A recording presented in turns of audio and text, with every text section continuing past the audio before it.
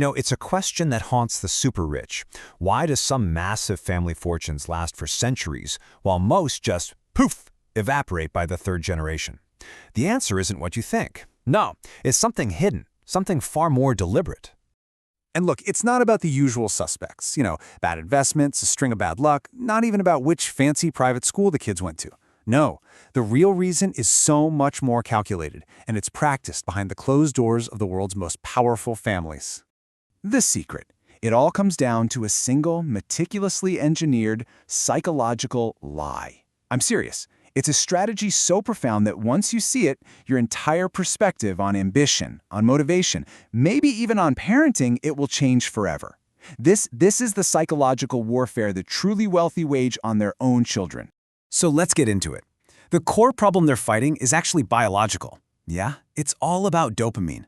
See, when a child truly knows, that their future is financially guaranteed, their brain literally stops producing the very hormone that's responsible for drive, for ambition. Guaranteed comfort. Well, it's the enemy of greatness. So, what do? They have to manufacture a threat. And this is their solution. It's called the illusion of the edge. Just think about that name. They deliberately place their own children in an environment that's engineered to make them feel like they are always one misstep away from total failure. They're forced to fight, to prove themselves, to earn their place in a world they were already born into. Okay, so how does this actually work in practice? Let me paint a picture for you. Imagine a teenage son asks his super wealthy dad for a new car, just like all his friends have. The father, instead of just writing a check, claims the family budget is, it's a bit tight right now for that kind of luxury. But he offers a fair deal. Son, you earn half, and I'll match it. Now, the son has no idea his dad could buy the entire dealership without blinking. He believes the struggle is real. And what happens?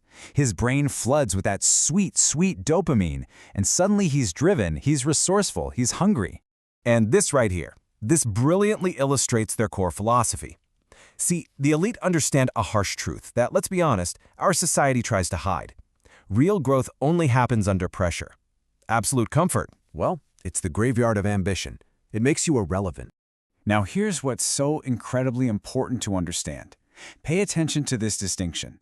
The father isn't really denying his son the car. He's denying him the feeling of free entitlement. He's forcing him to experience the struggle, the one that forges a resilient mind. That's the real prize here, not the four wheels. But this whole thing, this entire elaborate strategy, it hangs by a single, incredibly fragile thread. It has one critical, potentially catastrophic flaw. So, what do you think happens if the son finds out? What if he discovers the scarcity was fake, that the whole struggle was manufactured by his own father? The result? Oh, it would be absolutely disastrous. Profound betrayal, rebellion, the complete and utter destruction of trust. This is where it gets even more interesting. To prevent that collapse, the elite deploy a second, and you could argue, even more brilliant tactic. It's a masterstroke of psychological defense that protects the lie and, this is crucial, protects the relationship between the father and the son. It's called the enemy transfer. Okay, so the point here is ingenious. The father never becomes the villain. He never has to be the one to say no. Instead, he creates an impartial, impersonal third party, a family trust, a board of directors, a fund. This thing, this entity, it becomes the enemy. It's the obstacle that has to be overcome. I mean, just look at the difference. On one hand, you have a father saying, I refuse to give you my money. What does that do? It invites personal rebellion, anger. But picture this instead. A father saying, with this sort of feigned regret, son, I would love to help, I really would, but the legal rules of the trust prevent me. That is, unless you can submit a business plan that the lawyers will approve. See? That changes everything. It completely transforms that emotional anger into a logical challenge. The son is no longer fighting his father, he's fighting the system. And to hammer this all home, they instill a mindset they call the curse of the crown. The heir is taught from day one that this massive wealth, it isn't a ticket to a life of leisure. No, it's a besieged castle, a terrifying responsibility that requires constant vigilance, constant defense.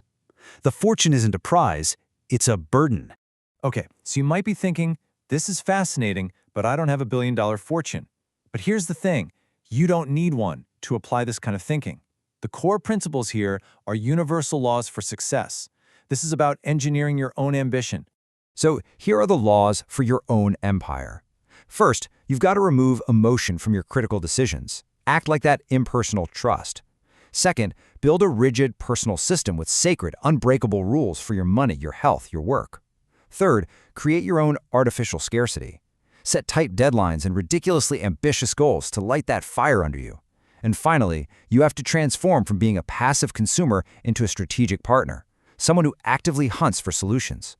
So after peeling back all these layers, we're left with a really profound ethical dilemma, aren't we?